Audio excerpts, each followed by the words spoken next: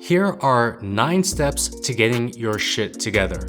Starting with step 1, upgrade your health. You can't live a full life with a half-empty tank. Your body is the vehicle you use to experience everything. And if it's running on fumes, don't expect it to take you very far. You could have the best mindset in the world, the biggest ambitions, but if your body's constantly struggling to keep up, you're never going to reach your full potential. It's like putting high-octane goals in a car that's been filled with low-grade fuel. Eventually, it's going to stall out. Your energy, your focus, your creativity are only limited by the capacity of your brain and body. Now, the cool thing is you can upgrade your system at any time. I talk about this in my channel where I talk about weights, nutrition, steps, cardio, and sleep. When you do these things, you will sense a shift in your vibe. You'll start feeling the compounding effect of increased confidence and discipline. And you'll start seeing your thoughts change. Your health is the foundation. It's the one thing that makes everything better as a result of improving it. From meaningful relationships to your career success. If you're not investing in it, you're living a life with a governor on your engine, and you're never going to be able to hit top speed. If you want to make a massive change in your life, then giving your body an upgrade is going to be one of the best things that you do. Step 2, be selfish to be generous. The moment I realized I needed to get my shit together was the moment I realized that I needed the time to work on myself. I always wanted to be able to take care of others, but I couldn't give to others if I was pouring from an empty cup. So I adopted the mantra of being selfish to become generous. Being selfish about your self-development isn't about neglecting others.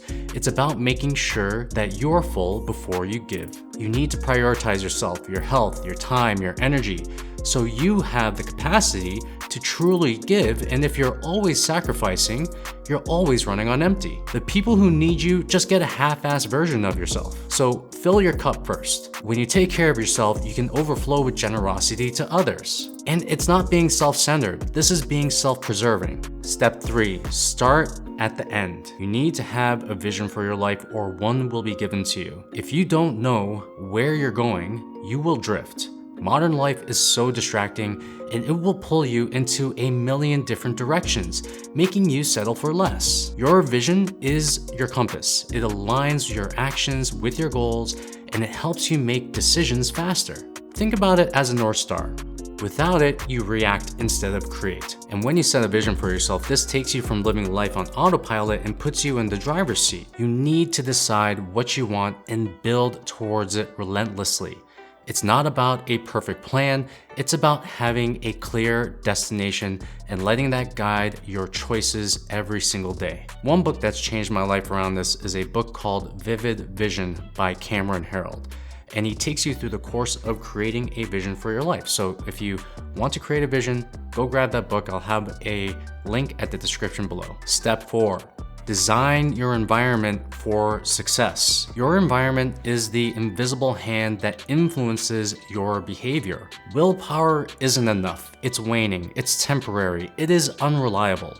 If you keep junk food around the house, you're gonna eat it. If you surround yourself with shitty friends, then you will end up becoming just as shitty.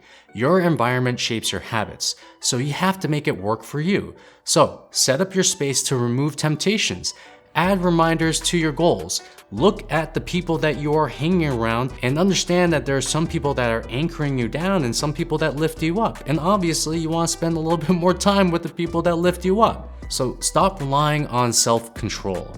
Build an environment that supports your vision and watch how much easier success becomes as a result of being intentional. And by the way, we have a goal of reaching 200,000 subscribers by the end of the year, and I think there's a chance we can hit it. So please do us a favor and click the subscribe button. All right, on to the next tip. Step 5 is to be an obsessive tracker. Whatever you measure is what you manage. This means that if you're guessing, you're losing. When you're trying to achieve anything, you want to be driven by data, not emotions. It shows you what's working and what's not working. It keeps you accountable, and also it keeps you motivated.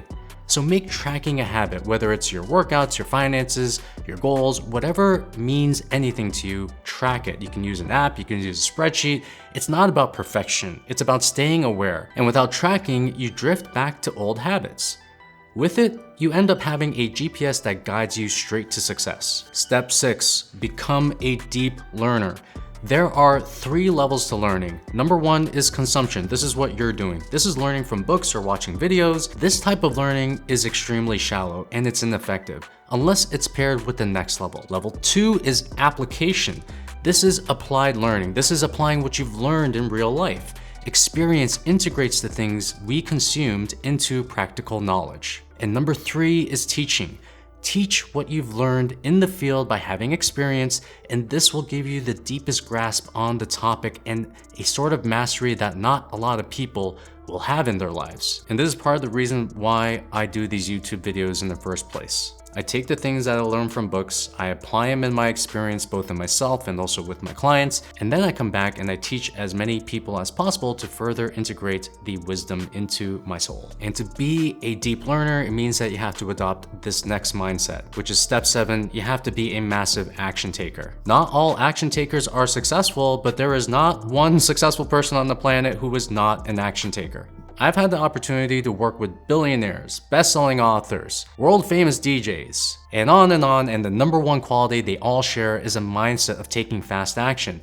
When they find something that will make their business or their life or their career better, they apply it immediately. And as you're taking action, you want to make sure that you do the next step. Step 8, keep a journal. For the past 15 years, I've kept a regular journal, and it's been one of the best decisions I've ever made in my life. And what you see right here is just a quarter of the journals that I have in my possession. I have many more. Writing daily, it just gives you clarity. It helps you process your thoughts and emotions. Most importantly, it helps you discover who you really are. When I started journaling, I noticed the patterns in my own behavior. I also noticed the decision-making frameworks that I had.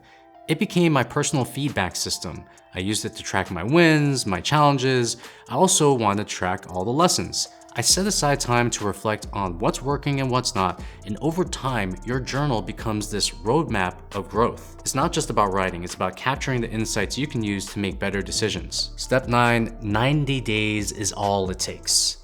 Your life can change in a matter of 3 months of consistent effort. It's long enough to build momentum and short enough to stay motivated. I've seen people transform their health, finances, and even their mindset in just a matter of 3 months of consistent effort. Pick one area, go all in on it, and track your progress daily. It's not about perfection, it's about stacking small wins every single day. In 90 days, you can lay the foundation for a new habit or routine that shifts your entire trajectory. As the saying goes, it takes 21 days to start a habit, and it takes 90 days to start a lifestyle. So make it a sprint, push hard, and stay disciplined so your future self can thank you. And if you are looking to do a hard reset for your life in the next 90 days, I did a video on exactly how you can do that. So you click the link over here, and I'll see you on the other side.